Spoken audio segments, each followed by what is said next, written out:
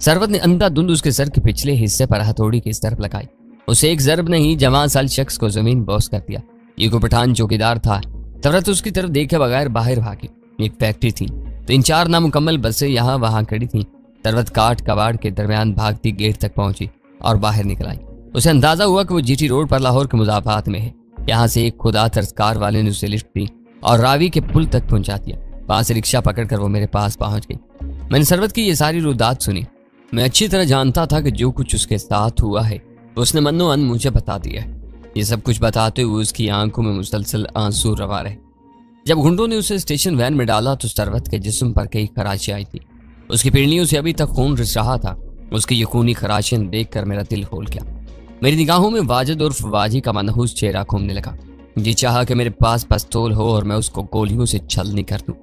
शदीद तेज के आलम में मुझ पर अजीब सी कैफियत तारी हो जाती थी। बदन लरसता था और सीने में धड़कन के गोले पड़ते थे। दिमाग बहुत कुछ करने को चाहता था मगर जिस्म साथ देने से इनकार कर देता था। उस वक्त भी कुछ यही आलम था। हमें गाड़ी में बैठे 15-20 मिनट हो चुके थे। मैंने गाड़ी स्टार्ट करके वापस घर की तरफ मोड़ दी। 10-15 मिनट बाद हम घर के अंदर थे। सरवत को देखकर घर में तहलका मच गया। खाला सफिया ने उसे गले से लगाकर भींच लिया और तशक्कुर के आंसुओं से भिगोने लगी। बाकी अली खाना भी शदीद हैरत और खुशी की मिली जुली कैफियत में थे। सरवत को अंदर कमरे में पहुंचाया गया। उसे पानी वगैरह पिलाया गया ताकि वो नॉर्मल हालत में आ सके। कमरे में हजूम ज्यादा हो गया था। खालू जान के कहने पर बाकी अफराद बाहर निकल आए। सिर्फ खाला सफिया, नुसरत, अम्मी और चच्ची वगैरह बाहर रह गई। ड्राइंग रूम में जाकर मैंने खालू और नासिर भाई वगैरह को तफसील बताई कि सरवत के साथ क्या हुआ है और वो किस तरह शाहदरे के करीब एक फैक्ट्री से भागकर यहाँ पहुंची है। ये इंकिशाफ सबके लिए तकलीफ दे था कि ये उसी मोहल्ले के रहने वाले वाजी और कादर वगैरह का काम है। नासिर भाई एकदम आग बगोला नजर आने लगे। उन्होंने कहा, मैं चाह रहा हूँ उस बदमाश की तरफ, उसे लाश बना कर ही वापस आऊंगा। वह पिस्तौल लेने के लिए अपने कमरे की तरफ बढ़े। हम सब ने उन्हें बमुश्किल रोका। खालूजान ने कहा, खुदा का शुक्र है कि हमारी बच्ची सही सलामत वापस आ गई। अब हमें कानून को अपने हाथ में लेकर मामले को खराब नहीं करना चाहिए। हम जो करेंगे कानून के मुताबिक करेंगे। हम अभी थोड़ी देर में थाने जाते हैं। खालूजान ने 1-2 जगह फोन किए। मैंने भी अपने दोस्त सुबैर को बुला लिया। हम थाने पहुंचे और मुतलका थानेदार अशरफ शाही को तफसील के साथ सारी बात बताई। थानेदार ये सब कुछ सरवत की जुबान से सुनना चाहता था।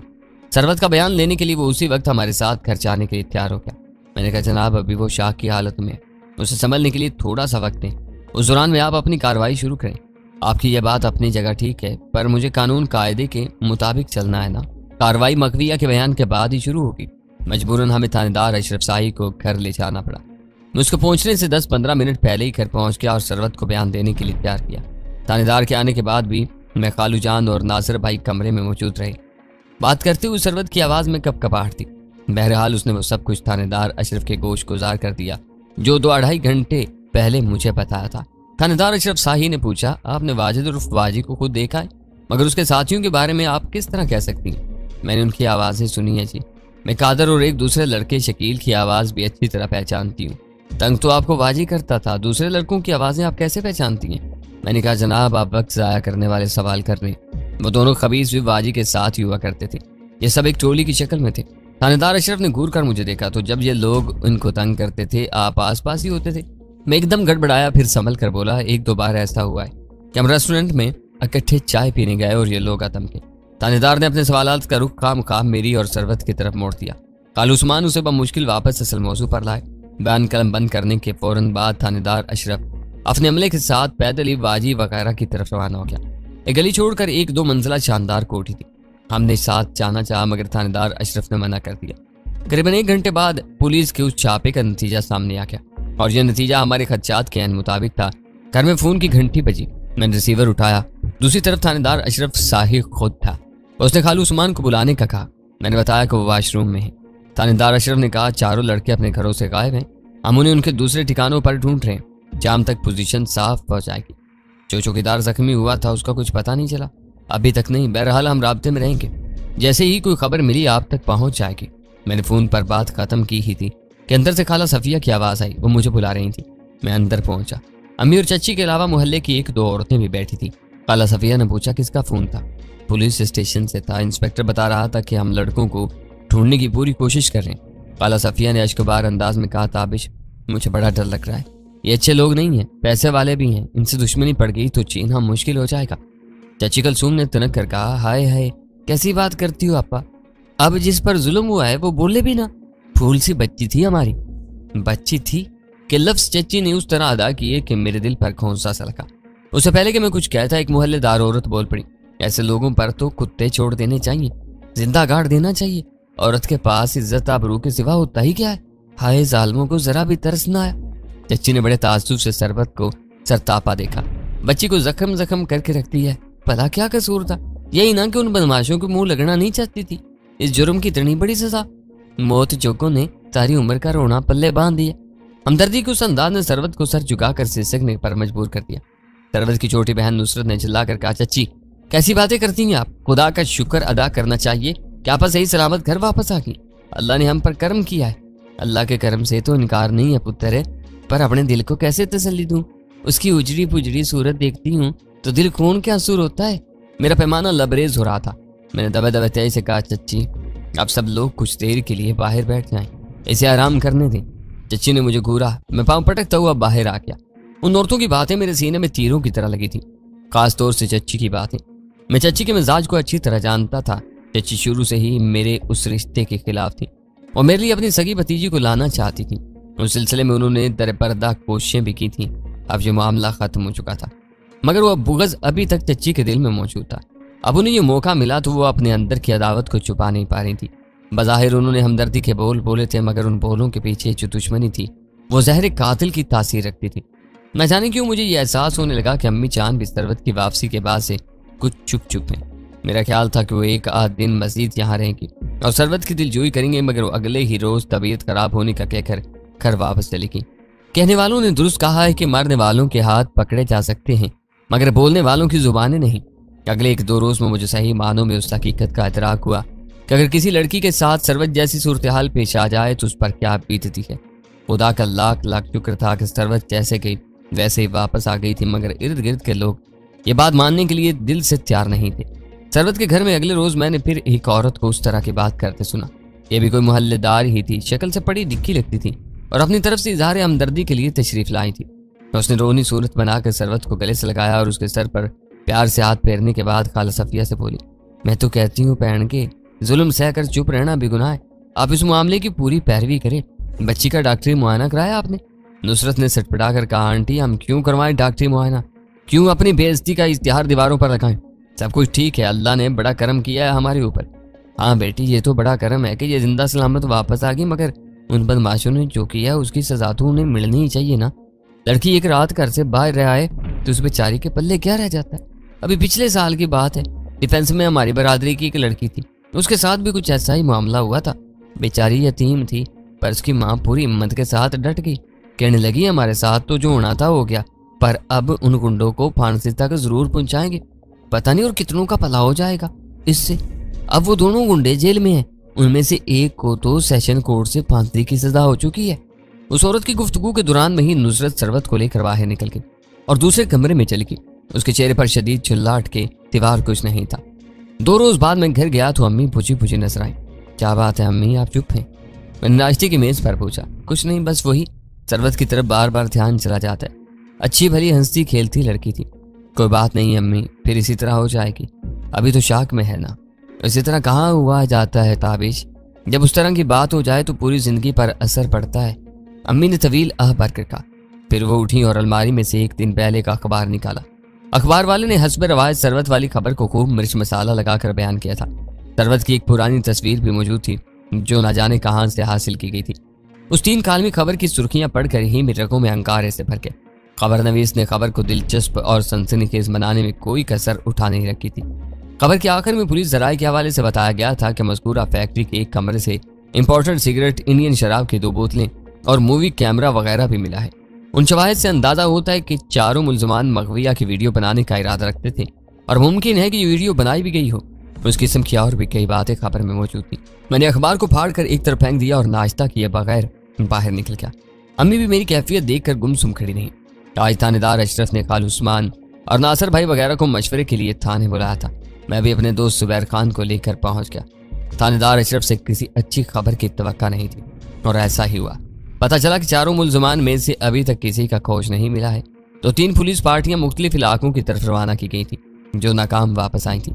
आखिर में थानेदार अशरफ ने सिगरेट सुलगाते हुए खाल उस्मान से कहा, उस्मान साहब, कल एक MNA साहब का फोन आया हुआ था। MNA मुश्ताक गुराया साहब का नाम तो सुना होगा आपने। काल उस्मान ने इस बात में सर हिलाया और उनका परेशान चेहरा कुछ मजीद परेशान नजर आने लगा। थानेदार अशरफ ने कहा, MA साहब की ख्वाहिश है कि ये मामला मजीद ना बिगड़े। वो मानते हैं कि लड़कों से एक बड़ा जुर्म हुआ है। अपनी बेवकूफ़ी से उन्होंने कानून को पीछे लगा लिया, मगर ये भी हकीकत है कि बच्ची सही सलामत कर वापस पहुंच गई है। इस सूरत हाल में अगर कोई दरमियानी रास्ता निकाल लिया जाए तो दोनों पार्टियों के लिए बेहतर होगा ना। नासिर भाई ने चीख कर कहा, इंस्पेक्टर साहब, ये जमीन के टुकड़े का कोई झगड़ा नहीं है जिसमें दो पार्टियां आमने सामने खड़ी हैं। यह अगवा का संगीन तरीन जुर्म है। MNA साहब उसका दरमियानी रास्ता क्या निकालेंगे? क्या हमें कोई मुआवजा देंगे? खुदा का खौफ करना चाहिए उन्हें। हमारी जो बदनामी हुई और हम जिस अजियत में हैं उसका मुदावा कोई नहीं है। अगर कोई थोड़ा बहुत मुदावा है तो यही है कि हमारे साथ इंसाफ हो, वाजिर उसके यारों को उनके किए की सजा पूरी तरह मिले। थानेदार अशरफ का गंदमी चेहरा एकदम सुर्ख हुआ। फिर वो जरा तहम्मुल से बोला, देखो बरखुरदार है, तुम्हारे दुख का एहसास है, लेकिन मुसीबत के वक्त अक्लमंदी और हौसले से काम न लिया जाए तो मुसीबत और बढ़ जाती है। मैं सिर्फ ये कहना चाहता हूँ कि कानूनी कार्रवाई तो हो ही रही है। तुम लोग अपने सामने दूसरे रास्ते भी खुले रखो, तमाम रास्ते बंद नहीं करने चाहिए। मैंने कहा, इंस्पेक्टर साहब, इस तरह तो ये भी सोचा जा सकता है कि ये चारों लड़के कहीं MNA साहब के पास ही पनाह न लिए हुए हों। बिल्कुल ऐसा हो सकता है, नासिर भाई ने फौरन कहा, और लोग इस तरह करते हैं। ऐसे में हम MNA साहब से बातचीत करेंगे तो बेवकूफ़ी कहलाएंगे ना। थानेदार अशरफ का चेहरा एक बार फिर सुर्ख हो गया। वो खाल उस्मान से मुखातिब होकर बोला, देखो उस्मान साहब, आपके ये लड़के हर बात को उल्टा ले रहे हैं। आप इनको समझाएं, वरना मामला खराब भी हो सकता है। मुझे आपसे हमदर्दी है, इसलिए ये बातें कह रहा हूँ। सेठ सिराज को पता है कि उनके बच्चे से जुर्म हुआ है, इसलिए उनकी नज़र नीची है। लेकिन जब उनको अपने बच्चे के बचाव की कुछ सूरत नज़र नहीं आएगी तो उनका रवैया बदल जाएगा। वो मिसाल तो आपने भी सुनी होगी कि बिल्ली को जब अपने भागने का कोई रास्ता नजर ना आए तो वो घेरने वाले की आंखों की तरफ आती है। मैं खुदा न खास्ता आपको डरा नहीं रहा हूँ, सिर्फ ये कहना चाहता हूँ कि आप इस मामले के हर पहलू पर जरा ठंडे दिल से गौर करें। मैंने कुछ कहना चाहा, मगर कालू उस्मान ने मेरे हाथ पर हाथ रखकर मना कर दिया। ये बात यहाँ होती जा रही थी कि थानेदार अशरफ शाही मुखालिफ पार्टी का असर कबूल कर रहा है। ये असर दबाव की शक्ल में हो सकता था और लालच की शक्ल में भी। घर में भी अजीब तनाव की सी कैफियत थी। ये चौथे या पांचवें रोज की बात है, अम्मी जान ने मुझे अपने घर में बुलाया। मेरी छोटी बहन फराह कॉलेज गई हुई थी, मुझसे छोटा आतिफ सोया हुआ था। अम्मी जान के चेहरे पर गहरी संजीदगी थी। वो कहने लगी, ताबिश बेटा, पता नहीं क्यों मुझे लगता है कि हम तेरी खाला सफिया के साथ किया वो वादा निभा नहीं सकेंगे। आप किस वादे की बात कर रही हैं अम्मी? अम्मी ने मुझसे नजरें मिलाए बगैर कहा, देखो ताबिश, सफिया रिश्ते में मेरी बहन है, मगर मैं उसे सगी बहनों की तरह ही समझती हूँ। मेरी बड़ी ख्वाहिश थी कि मैं सरवत को दुल्हन बनाकर इस घर में लाऊं। मैंने लर्ज कर कहा, तो अब क्या हो गया अम्मी? कौन सी क़यामत टूट पड़ी है? सरवत इस घर में दुल्हन बनकर आएगी और जरूर आएगी। अम्मी ने नफी में सर हिलाया, ताबिश तू भी बच्चा है, इन बातों को नहीं समझता। देख, जो कुछ हो चुका है उसके बाद हमें बहुत कुछ सोचना पड़ेगा। और हमने कौन सा शामियाने लगाकर मंगनी की थी या अंगूठियां पहनाई थी? बस एक मुंह जुबानी बात ही थी ना। अम्मी, आप कैसी बातें कर रही हैं? मुझे तो लगता है कि आपके मुंह में शायद चच्ची चांद की जुबान आ गई। क्या मुंह जुबानी बात कोई बात नहीं होती? जुबान पर तो लोग जाने दे देते हैं। आपको इस तरह हरगिज नहीं सोचना चाहिए। मैं सोचने पर मजबूर हो रही हूँ ताबिश, हमारे सामने इसके सिवा कोई रास्ता नहीं है। क्या हम ये रिश्ता छोड़ दें? अब तो जरा ठंडे दिल से सोच। तेरी छोटी बहन है, भाई है, हमने अगले 1-2 सालों में उनके रिश्ते भी ढूंढने हैं। हमने सरवत का रिश्ता कर लिया तो सरवत के साथ ही बदनामी भी हमारे घर का रास्ता देख लेगी। फिर तेरी बहन के लिए यहाँ कोई रिश्ता आएगा और ना तेरे भाई को ढंग का रिश्ता मिलेगा। अम्मी जान, खुदा के लिए ये दकियानूसी बातें ना करें। सरवत वैसे ही है जैसी 2 हफ्ते पहले थी। वो पाक और मासूम है, उसके साथ कुछ नहीं हुआ है अम्मी। और अगर खुदा न खास्ता कुछ हो भी जाता तो उसको मासूम ही रहना था, उसे बयाने से पीछे नहीं हट सकता था। आप प्लीज ऐसी बातें ना करें, मेरे दिल को कुछ होने लगता है। उसी दौरान में एक हमसाई हमारे घर में दाखिल होगी। वो भी गालबन सरवत वाले वाक़े पर हमदर्दी जताने के लिए आई थी। मुझे और अम्मी को खामोश होना पड़ा। मैं चकराया हुआ सा अपने कमरे में आ गया और बेजान सा होकर बेड पर गिर गया। ये सब कुछ क्या हो रहा था? अम्मी जान के रवैये में जो तब्दीली थी वही तब्दीली मैं छोटे भाई आतिफ में भी देख रहा था। हाँ, छोटी बहन फराह का मामला कदरे मुख्तलिफ था। वो सरवत से प्यार करती थी, बहरहाल उसके सहने के बाद से वो भी कुछ चुपचाप हो गई थी। बाकी रहे चच्चा चच्ची और उनके बच्चे, सो वो कभी उस रिश्ते के हक में हुए ही नहीं थे। मुझे अंदेशा था कि उस तरह की बातें कहीं सरवत के कानों तक पहुंच गई तो बहुत ज्यादा असर लेगी। मेरे दिल चाहा कि मैं एक बार अकेले में उससे मिलूं और उसे हर तरह अपनी गैर मशरूत और गैर मुतसलसल मोहब्बत का यकीन दिलाऊं। ये यकीन ही था जो उसे दुख और मायूसी के भंवर से उबरने में मदद दे सकता था। मैं भी सरवत की तरफ जाने के बारे में सोच रहा था कि बैरूनी दरवाजे पर दस्तक हुई।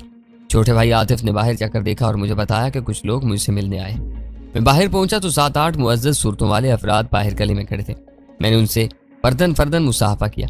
एक सफेद रेश भारी तनोतोश वाले शख्स ने कहा, मेरा नाम हाजी फेरोज है। शाह आलमी बाजार में सेठ सिराज मेरा हमसाया है। ये बाकी लोग भी बाजार के ही हैं, हम आपसे मिलने आए हैं। ना चाहते हुए भी मैंने उन हजरात को ड्राइंग रूम में बिठाया। वैसे बात मेरी समझ में आ गई थी कि ये हजरात किस तरह तशरीफ लाए हैं। जल्दी मुद्दा हाजी फेरोज की जुबान पर आ गया। उन्होंने कहा, जो कुछ हुआ है बहुत बुरा हुआ है। हम सब बहनों बेटियों वाले हैं, इस दुख को बड़ी अच्छी तरह महसूस कर सकते हैं, लेकिन एक तरफ से अल्लाह का शुक्र भी है कि बच्ची से सलामत कर वापस आ गई। मैंने कहा, हाजी साहब ये बात हम पहले भी बहुत दफ़ा सुन चुके हैं। आपने जो कहना है साफ साफ लफ्ज़ों में कहें, लेकिन अगर आप ये बात कहने के लिए आए हैं हम सेठ सिराज और उसके बेटे से किसी तरह की सुलह सफाई कर लें तो ये एक ना होने वाली बात है। मैं उसके लिए आपसे बहुत बहुत माजरत चाहता हूँ। हाजी फिरोज ने समझाने वाले अंदाज में कहा, देखो बेटा जी, तुम उस्मान साहब के होने वाले दामाद हो, उस घर में तुम्हारी बात सुनी भी जाती है। उस्मान साहब और दीगर कल वाले तो इस वक्त ज्यादा सदमे में हैं, लेकिन तुम उन्हें इस मामले क्यों ऊंच नीच समझा सकते हो। इस तरह के केस जब कोर्ट कचहरी तक पहुंचते हैं ना, तो फिर जगसाई और परेशानी के बहुत सारे मौके निकलते हैं। प्रेस का तो सबको पता ही है, वो ऐसे मामलों को किस तरह उछालता है। फिर अदालत में जिरा के दौरान औरों से जिस तरह के सवालों जवाब किए जाते हैं ना, वो भी सब जानते हैं। हम ये चाहते हैं कि आप अपनी जगह ठीक कह रहे हैं जी, लेकिन क्या आप ये चाहते हैं कि शर्मिंदगी और जगहसाई से बचने के लिए उस तरह की सारी मजलूम लड़कियां अपनी जुबानों को ताले लगा लें और जुल्म करने वाले सीना तार कर दंदनाते फिरें और पूरी आज़ादी के साथ अपने लिए नए नए शिकार ढूंढते रहें। हाजी फिरोज के साथ आने वाले एक मुअज़्ज़ज़ शख्स ने शफकत से मेरे कंधे पर हाथ धरते हुए कहा, ताबिश पुत्र, जुर्म की संगीन नोयत से तो किसी को इनकार नहीं, लेकिन सेठ सिराज का लड़का आदि मुजरिम नहीं है। वो बस बुरी सोसाइटी का शिकार हुआ है। अगर उसे एक बार सुधरने का मौका मिल गया तो वो सुधर कर दिखा देगा। सजा भी तो सुधारने के लिए होती है चचा जी। मैंने तल्ख लहजे में कहा, सजा तो बहुत मिल रही है, उसे भी और उसके घर वालों को भी, लेकिन जिस सजा की तुम बात कर रहे हो ना, वो किसी को सुधारती नहीं है बेटा जी। जेल में से अच्छे भले लोग पक्के मुजरिम बनकर बाहर निकलते हैं। मैं तो समझता हूँ कि तुम लोग बहुत बड़ी नेकी करोगे अगर उन लड़कों के लिए दिल में किसी तरह की नरमी पैदा कर लोगे। मैंने कहा, आप सब मुझसे ज्यादा बड़े और समझदार हैं। मैं समझता हूँ कि इन बातों के लिए यह मौका मुनासिब नहीं है। हमारे जख्म हरे हैं, आप इन पर नमक ना छिड़कें तो बेहतर है। ये बुजुर्ग 10-15 मिनट तक मजीद मेरे पास बैठे और मुझे उस बात पर कायल करने की कोशिश करते रहे कि मैं कम से कम एक बार अपने खालू उस्मान और सेठ सिराज की मुलाकात का एहतमाम कर दूं। बहरहाल मैं किसी न किसी तरह उन लोगों को रुखसत करने में कामयाब रहा। शाम को मुझे पता चला कि यह मसाहलती कमेटी खालू उस्मान और नासिर भाई वगैरह से भी मिली है। थोड़ी मोहब्बत और थोड़े डरावे के साथ उन्होंने खालू उस्मान को केस की पैरवी से हटाने की कोशिश की है। यह बड़ी तलख सूरत हाल थी। एक घराने को शदीद तरीन अजियत से दोचार करने के बाद अब उसको दबाव का शिकार बनाया जा रहा था। मेरे रगों में खून खोल रहा था और पूरे जिस्म में जहर बनकर फैल जाता था। मैं चाहता था कि नाइंसाफी करने वालों की गर्दनों तक अपना हाथ पहुंचाऊं और उन्हें घसीट कर चौराहों में ले आऊं, लेकिन ऐसा करने के लिए जो फितरी हिम्मत और तवानाई दरकार थी वो मेरे अंदर नहीं थी। अगले रोज सुबह 11 बजे के लगभग मैं सरवत से मिलने खालू के घर पहुंचा। मुझे मालूम था कि खालू उस्मान और नासिर भाई वगैरह घर में नहीं होंगे। खाला सफिया की इजाजत से मैं सरवत के साथ चंद बातें कर लूंगा। गुमसुम खाला से अलग सेलेक्ट करने के बाद मैं सरवत के कमरे में पहुंचा तो वह चादर ओढ़े लेटी हुई थी। बेड पर सरहाने की तरफ उसकी एक खूबसूरत तस्वीर आवेजा थी। ये घर के फूलों पर लान का मंजर था। वो हाफ शर्ट में थी और वाटर पाइप के जरिए अपने छोटे भतीजे पर पानी फेंक रही थी। पानी के फव्वार के पीछे वो खुद किसी जल परी की तरह नजर आती थी। हवा से उड़ते बाल, कलियों जैसे दांत और रुखसारों पर ठहरे हुए पानी के कतरे, जैसे गुलाब पर शबनम का बसेरा हो। कितनी शौकी और खुशी समटाई थी उस एक लम्हे में उसके अंदर। ये मेरी पसंदीदा तस्वीर थी, इसीलिए सरवत ने अपने बेडरूम में लगाई थी। सरवत, मैंने होले से आवाज दी। वो सीधी लेटी हुई थी। उसने चादर अपने ऊपर से हटाई और सूजी सूजी आंखों से मेरी तरफ देखा। उसके चेहरे पर तहय्युर नमूदार हुआ और वो दुपट्टा संभालती हुई उठकर बैठ गई। उसके कम में फूलों भरे लान वाली तस्वीर थी। कितना फर्क था उन दोनों मनासिर में। एक में खुशी का अरूज, एक में मायूसी और गम की इंतहा। वो दिनों में महीनों की बीमार नजर आने लगी थी। मेरा दिल कट कर रह गया। मैंने उसके करीब बैठते हुए कहा, कैसी हो सरवत? वो सिसकी और मुंह फेर कर बोली, आप कोई कसर रह गई है जो तुम निकालने आए हो? क्यों, क्या हुआ? मैंने हैरान होकर पूछा। जो कुछ हुआ तुम्हें भी जरूर पता होगा और हो सकता है कि तुम्हारी मर्जी भी इसी में शामिल हो।